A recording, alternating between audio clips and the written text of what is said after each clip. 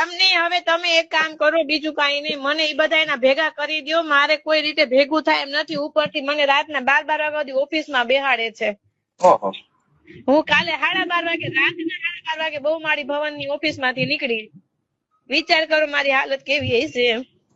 આ તો બહુ અઘરું કહેવાય. હવે તમારે આમાં આપઘાત કરવા સિવાય કોઈ રસ્તા નથી ભાઈ. અમને એટલા હેરાન પણ નો આવતું હોય, નો થતું હોય તો તેલ લવાઈ ગયું, બીજું શું હોય? એમને તો એ લોકોને અમે ખુલાસા માંગે, કેટલી માથાકૂટું હાલે છે એમાં ભાઈ. નથી ઈઝી નથી, આ સહેલું નથી આપી જતા ને, બહુ અઘરું છે.